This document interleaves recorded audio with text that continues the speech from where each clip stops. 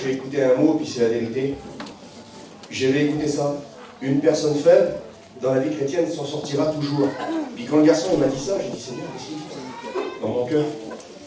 Et il m'a dit oui, parce qu'une personne faible, il compte sur Dieu. Il ne compte pas sur ses forces. Et puis, je voudrais vous raconter une petite expérience, je l'ai à cœur ce matin. Un jour, je sais que je l'ai déjà dit, mais il est bon des fois de redire des expériences.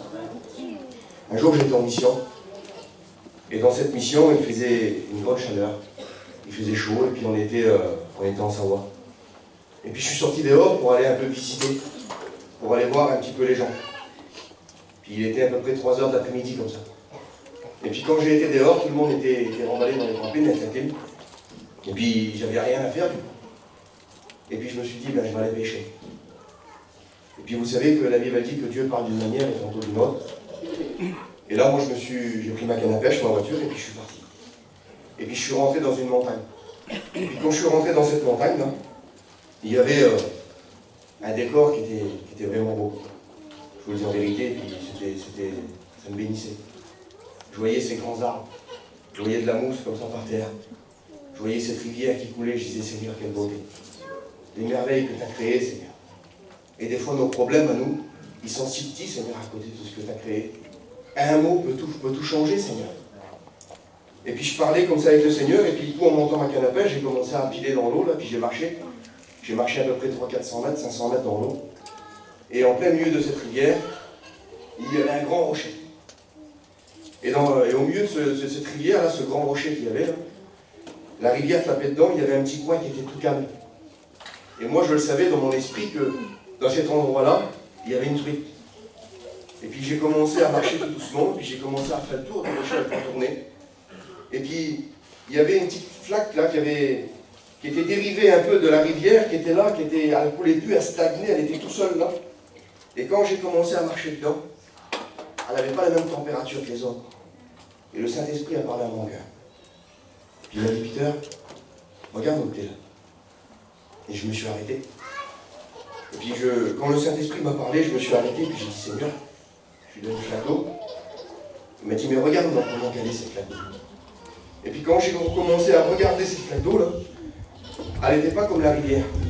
Elle n'avait pas cette fraîcheur. Elle n'avait pas ce bon parfum.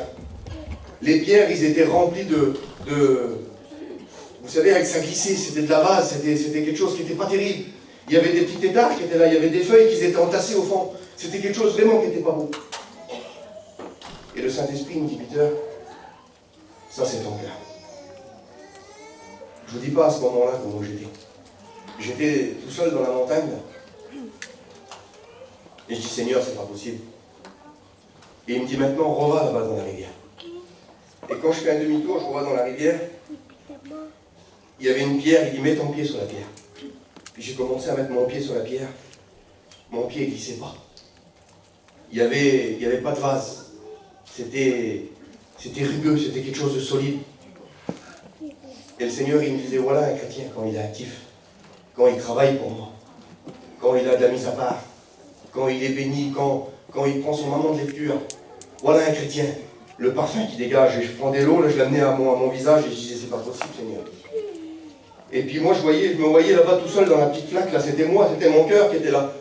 Je suis arrivé là-bas et puis j'ai commencé en train de pleurer, puis je dis, Seigneur, comment il faut que je fasse alors? Comment je vais faire pour être béni, Seigneur? Et puis le Seigneur, il m'a dit, Peter, abaisse-toi.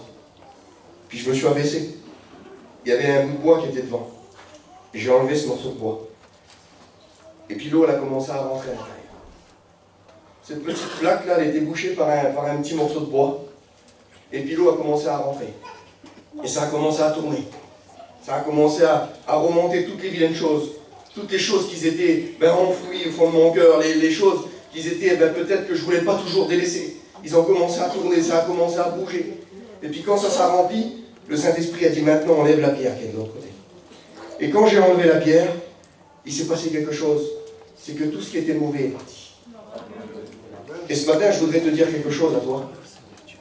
Si tu veux que le Seigneur agisse en toi, il faut que tu le laisses faire. Il faut que tu arrêtes de faire des prières inutiles. Pierre a fait une prière inutile, il a demandé à Dieu de marcher sur l'eau. Il avait besoin d'être sauvé. Et ce matin, ce que tu as besoin, toi, c'est de faire une prière, de dire, Seigneur, je te laisse toute la place. Et le Seigneur va te bénir. Que Dieu soit béni. Vous voulez écouter un beau cantique?